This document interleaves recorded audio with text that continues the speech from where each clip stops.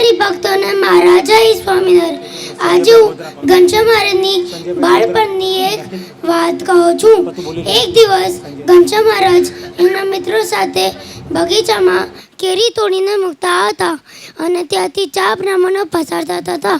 એને એટલી સરસ મજાની કેરી પડેલી જોઈ તેના મનમાં લાલચ થાય છે કે ક્યાંય કેરી લઈ લો, અને તે નાના છોકરા સમજી ડરાઈ બળજબરીથી કેરી લઈ લે છે. અને આ બાજુ ઘનશ્યામ મહારાજ બેઠા બેઠા બધું જોઈએ છે. તેના મનમાં વિચાર આવે છે કે આ 4 બ્રાહ્મણોને પાઠ બનાવવો પડશે. આ 4 બ્રાહ્મણોથી એક બ્રાહ્મણના કમરમાં લોટો બાંધેલો હોય છે અને ઘનશ્યામ મહારાજ લોટો લઈને ઝાડ ઉપર ચડી જાય છે અને બ્રાહ્મણોને લોટો લેવા માટે ઉશ્કેરે છે અને ગુસ્સો અપાય છે. અને તે આવેલા બ્રાહ્મણો ઝાડ ઉપર ચડવા લાગે છે. જેમ જેમ બ્રાહ્મણો ઝાડ ઉપર ચડવા લાગે છે એમ ઘનશ્યામ મહારાજ પણ ઝાડ ઉપર ચડવા લાગે છે.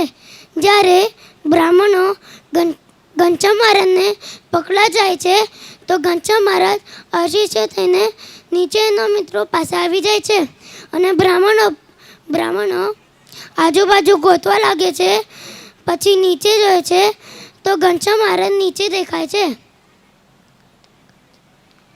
અને બ્રાહ્મણો પણ નીચે ઉતરવાની કોશિશ કરે છે અને નીચે ઉતરવાની કોશિશ કરે છે અને નીચે પડતા બચે છે.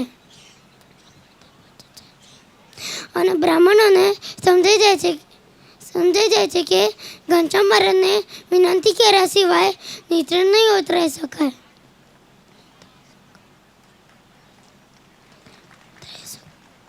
બ્રાહ્મણો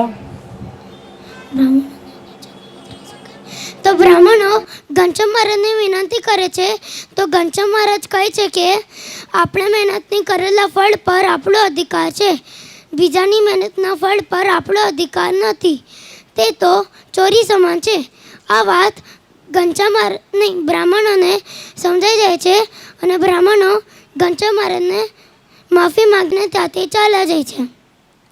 તો જો ભક્તો, આમાંથી આપને શીખ મળે છે કે મહેનત વગર કશું મળતું નથી અને જો મહેનત કરીએ તો ભગવાન પણ આપણો સાથ આપે છે.